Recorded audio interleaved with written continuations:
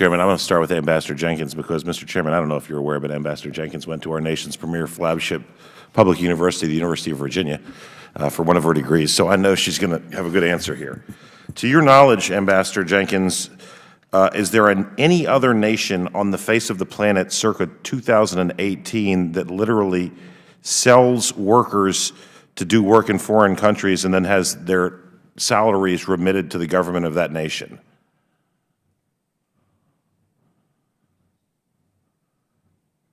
I'm taking my time on this one just to think. I don't think so. I don't either, and I point that out not because it's directly on point, but because I think it's relevant for those who are trying to understand the nature of this regime. My opening statement, Mr. Chair, I tried to illustrate that any regime that would sell its very own people into slavery might be willing to utilize weapons of any variety, be they conventional, nuclear, biological, or chemical, against not only foreigners, but their own citizens. And I also think it's worthy of note that the history in the region indicates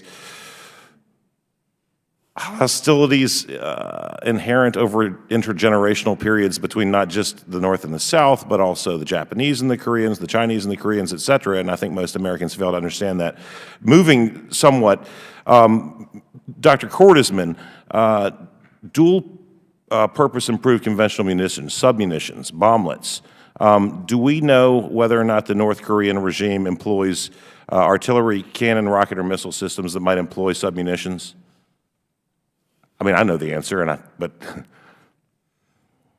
I have not heard that they have extensive stocks of advanced submunitions, but I think that from some of the literature I have seen from IHS, Janes, and others, there are indications they have at least some capabilities in these areas. And the unclassified documentation indicates that a launcher loader worth of dual-purpose improved conventional munitions on the proper mathematical firing solution would be able to essentially impact every single unprotected target in a single square kilometer. So again, these references to 20,000 dead in one day, I would submit rhetorically, are probably low, particularly when you consider populations not hardened, densely compacted in civilian areas. Now, does the United States employ dual-purpose improved conventional munitions by doctrine? We have a range of advanced artillery rounds, yes. But did we not remove ourselves voluntarily from the... Yes. And that would have been circa 2015. Right. And so also we've made reference to, and you made reference to, hardened artillery emplacements. Essentially, in theory, these artillery emplacements might roll from out from underneath of protective overhead cover, et cetera, fire, and then move back in. Is that accurately characterized some of our understanding of the North Korean indirect fire capability? They vary sharply according to the terrain. Some do that, some can fire and do fire from fixed positions. And so we voluntarily stopped using scatterable submunitions that might counter these in a counter-battery scenario. How about area denial munitions, Rams and Adams, artillery-fired area denial munitions? Do we have those in our capability, and do we have those in our inventory in the United States?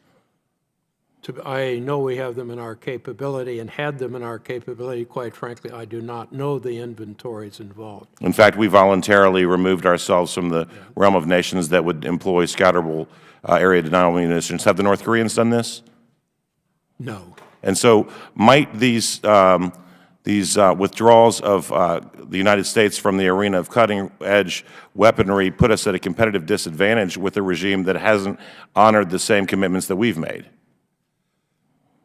If I may make 2 points. First, we have basically gone to using the equivalent of earth penetrators rather than submunitions because of the blast doors on the hearts. That is a very restricted capability, but it requires you to penetrate a much more serious barrier than the artillery rounds we then had. So specifically in the case of a hardened target, the earth penetrator might be a preferred method. However, if you're trying to deny a roll-in, roll-out artillery system, the scatterable mines might be something that would work best. Let me continue because I got about 20 seconds remaining.